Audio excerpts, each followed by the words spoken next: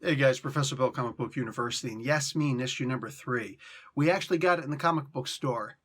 And yet, every so often when that book disappears from the comic book shelf right in front of you, like last week happened with me with Miles Morales Spider-Man. Yeah, this happened to me again. I saw it on the shelf. I'm like, oh shoot, did my sweep, right? All of a sudden, book's gone. Nice one. You got me there, you son of a gun. I'm gonna find that person. Anyway, so there's a chance that we had the comic book the entire time. It's just we weren't ordering enough. So apparently, we need to order a couple more. We will see about trying to rectify that soon. Anyway, this was oh god, here we go again. This is a comic book that I can't say is a good comic book because it's a mean, evil comic book that I don't want to say I love reading because I'm going to sound like a sadist. But I can't stop reading it because it's listen, it's a damn good comic book. And it tells a lot of truth. It tells a lot of what's really going on and what has happened. Even though this is based on a fictional account, well, this is a fictional account of a very true and real thing. And especially as I'm studying Canadian immigration law, because mind you, I'm an American living in Canada, yeah, I'm seeing a lot of pitfalls and problems that would make it very hard for someone like Yasmeen to come into a country. And plus the things that I've already read on the news anyways. It's freaking horrible.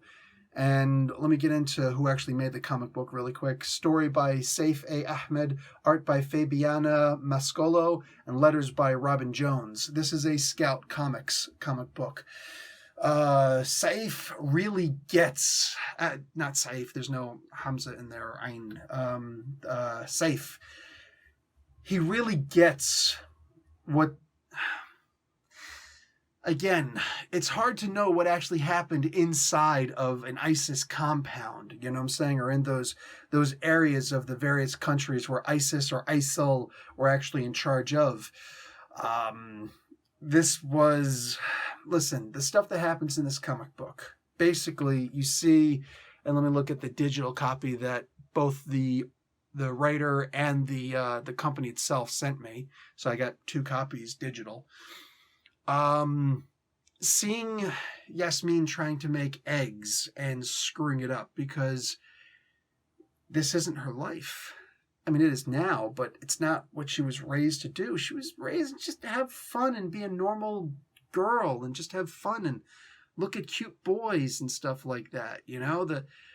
It breaks the ideas, these stereotypes of these tropes of the woman who was forced to wear the hijab and she, forced to be in the kitchen and stuff like that. And it just doesn't jive with the stereotypes are out there. And that's good.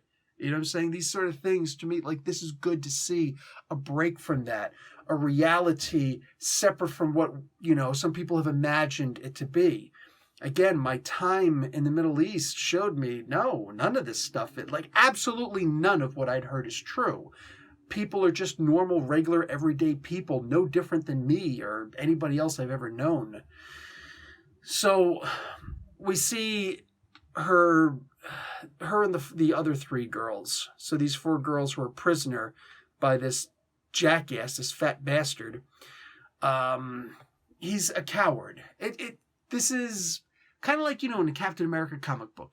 Captain America is the hero, and he's always going to be the freaking hero. Unless Nick Spencer's writing him, all the love in the world to Nick Spencer, and unless Nick Spencer's writing him, Cap is going to be the freaking hero, right? And anybody who opposes him is probably a good bet that's going to be like the world's worst villain, probably a Nazi, all right? Real easy fix there. Pretty much anytime that you see somebody giving a hard time to Yasmeen, that is enemy, all right? That is enemy, and there's a problem, and it's really easy to sympathize with Yasmeen, even against her teachers, even against her counselors, even against her own father in this issue. And then when you see her actually dealing with this jerk, her slave master, basically, who's an absolute coward. He's, in order to stay out of the military, feigning an injury only goes but so long. He's actually got to have a real injury in order to do that. Wow, what an absolute freaking loser coward. Acting tough in front of these women, but being a punk when it comes to defending the things that you claim to believe in the first place. Anyway, her father is particularly interesting in this. You can't say that this is just your typical Middle Eastern father. This is your typical ultra-conservative minded father is what this actually is.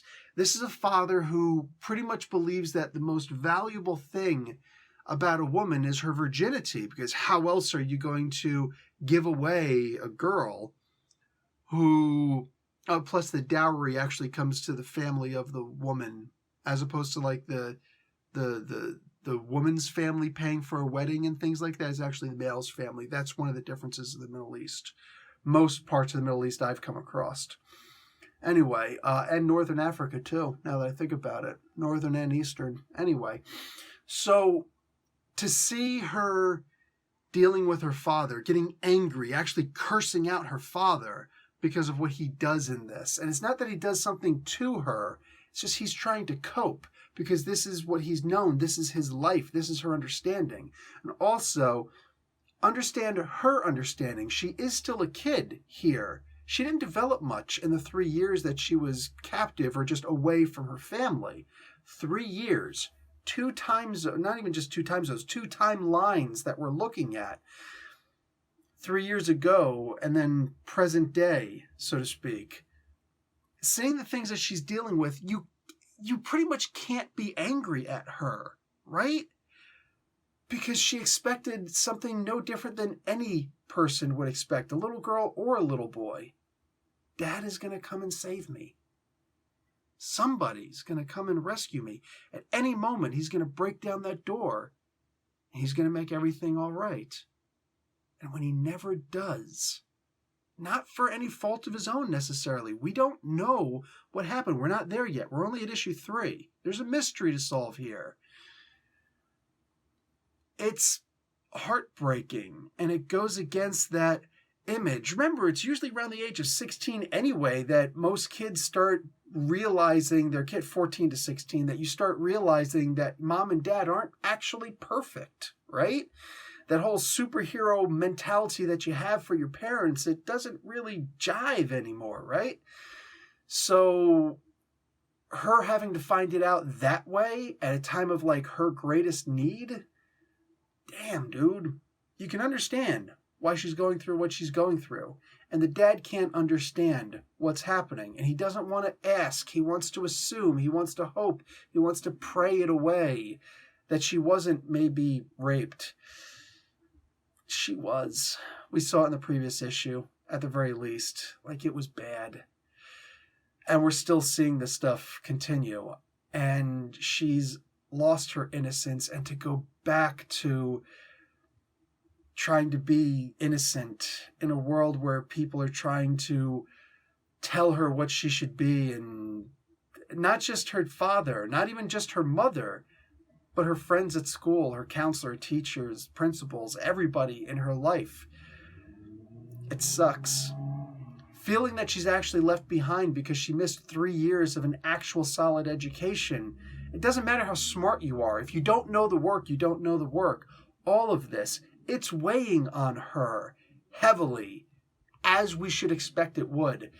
Dude, this is not a good book by any means. This is a book that's heartbreaking. You're going to read this and you're going to be heartbroken, as we all should be, you know? Because there are lots of Yasmeens out there. And it's a shame. It should make you think to yourself, would it have been better to just die? Even when you think about it in the case of the parents, would it have been better for my kid to have just died? Like murdered on the street? Was the uncle better off? You know, the uncle from the first issue, as opposed to Yasmeen in this particular case. I mean, which is worse? Straight away murder or torture, and then being left to live with that? I know there's going to be some people with some opinions on that. Let me hear them in the comments section, by all means. But honestly, can you blame someone for thinking differently than you in this particular case? Because some of us can imagine a lot worse things happening.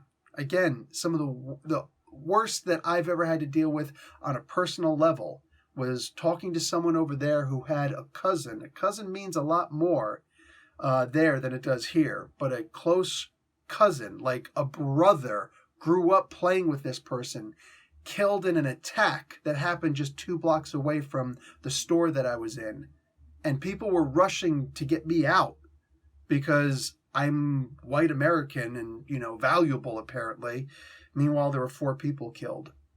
It's messed up. Also working as a martial arts instructor in a women's self-defense class and finding the people who came to the class after something happened as opposed to as a preventative measure. I'm not qualified to handle those things, and I was less qualified back then. I don't know what to do in that kind of a situation. So how can you blame a father when something like this happens so close? This is a really messed up book, and it's bringing to light stuff that, also the idea that I was talking about immigration law, the idea that if you were ever involved or a member of, during this particular time period in this one of these locations, you can never come to this country. Your visa will always be denied, even if your parents were brought in.